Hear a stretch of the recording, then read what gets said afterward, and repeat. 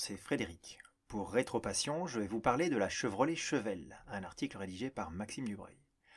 Au départ, la Chevelle n'est pas née comme un muscle car, pas plus que sa cousine la Camaro ou encore la Ford Mustang. Lorsqu'elle débute en 1963, le terme n'existe pas encore sur le marché américain.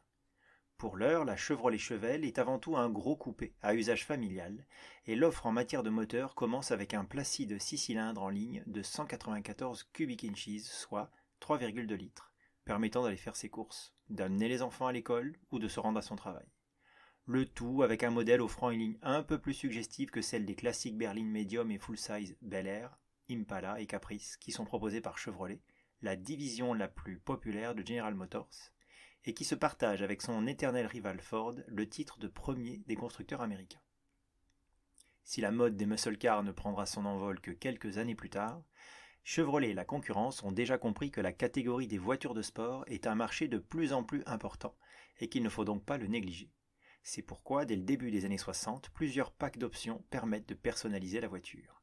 Parmi ces packs, celui qui se rapproche le plus de la notion de muscle car est indiscutablement le pack SS pour Super Sport.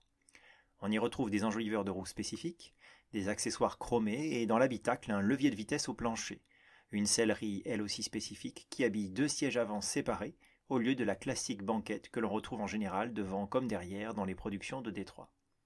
Ce pack se retrouve logiquement sur les autres Chevrolet sportives comme la Camaro et la Corvette, mais aussi sur de nombreux autres modèles comme Chevy 2 plutôt fade ou la très classique full-size Impala.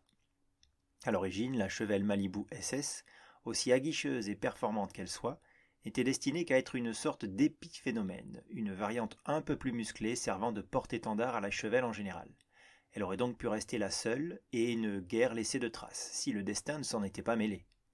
Le destin prendra les traits de la Pontiac GTO, qui, au sein de la General Motors, inaugurera la lignée des muscle cars et remportera un succès aussi grand qu'immédiat.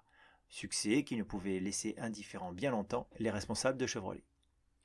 Devant le succès remporté également par la Ford Mustang, Chevrolet prépare une Camaro, disponible avec une large palette de motorisation, des petits 6 cylindres en ligne jusqu'au gros V8, mais le sport pur et dur n'est pas encore la priorité. Et pour le moment, la Chevelle, même bardée de l'appellation SS, n'a que l'apparence d'une sportive. La cavalerie atteint pourtant les 300 chevaux, mais ils sont surtout sur la fiche technique, parce que la vitesse de pointe ou le temps sur un 400 mètres départ arrêté n'ont rien de fabuleux. La Camaro est une compacte et doit rester une sportive populaire, même en version Big Block, elle n'a pas vocation à lutter contre la Pontiac GTO. Ce rôle est dévolu à la Chevelle SS qui passe à la vitesse supérieure pour le millésime 65. Le V8 de 327 cubic inches, soit 5 litres 3, est toujours proposé en version standard de 300 chevaux.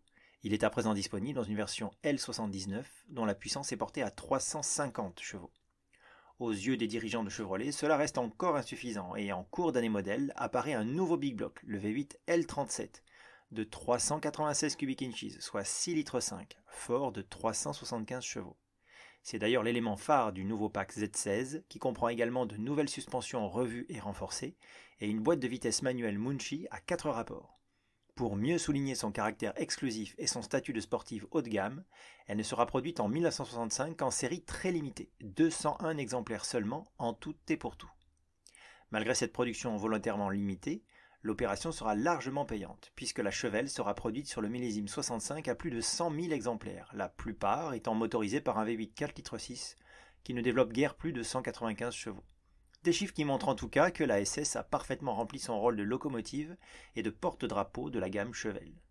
Chevrolet a bien conscience du potentiel de sa Chevelle SS, et pour l'année modèle 66, il joue à fond la carte du sport, le V8 396 cubic inches étant désormais la seule motorisation disponible au catalogue. Il est cependant proposé en plusieurs niveaux de puissance, allant de 325 à 375 chevaux. Les chiffres affichés au chronomètre sont à l'avenant, les 60 miles à l'heure étant atteints en 6 secondes et le 400 mètres ou quart de miles en 14 secondes 4. En 1967, General Motors décide d'appliquer une politique régissant la puissance selon le poids, soit un cheval pour 10 livres de poids à vide, soit 4,5 kg. Selon cette règle, la Chevelle ne peut donc plus être équipée du V8 de 375 chevaux, mais de 350 chevaux maximum. Côté transmission, en plus de la transmission manuelle standard, le client peut également opter pour une transmission automatique turbo-hydramatique à 3 rapports. Même si cela n'est pas dû uniquement à la disparition de la version la plus puissante, Les ventes de la version SS baissent nettement, avec un peu plus de 63 000 exemplaires seulement pour le millésime 67. Pour l'année modèle 68, la Chevelle va connaître une importante évolution technique et esthétique. Sa carrosserie abandonne désormais la ligne classique à 3 volumes pour adopter le style fastback.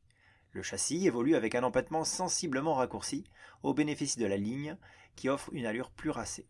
La proue abandonne l'aspect plat et rectiligne au profit d'un museau qui s'incline du haut vers le bas. Ajouté au profil du pavillon, cela permet à la nouvelle Chevelle d'offrir une ligne plus moderne et plus agressive. Sous le capot, le V8 de 375 chevaux revient, et si les ventes de la SS stagnent toujours à 60 000 unités, elles passeront à 86 000 en 69. La fin des années 60 et le début des années 70 seront l'âge d'or du modèle. La course à la puissance ne va pas s'arrêter, et en 70, la face avant évolue accompagnée d'un nouveau V8 de 402 cubic inches, soit 6 litres 6, qui proposera de 350 à 375 chevaux. La politique des 10 litres par cheval disparaît, et les ingénieurs de Chevrolet vont pouvoir puiser les plus puissants moteurs disponibles dans la banque d'organes de la General Motors. En haut de l'échelle figure désormais un imposant V8 de 454 cubic inches, soit 7 litres 4, proposant 360 chevaux en version LS5 et pas moins de 450 en version LS6.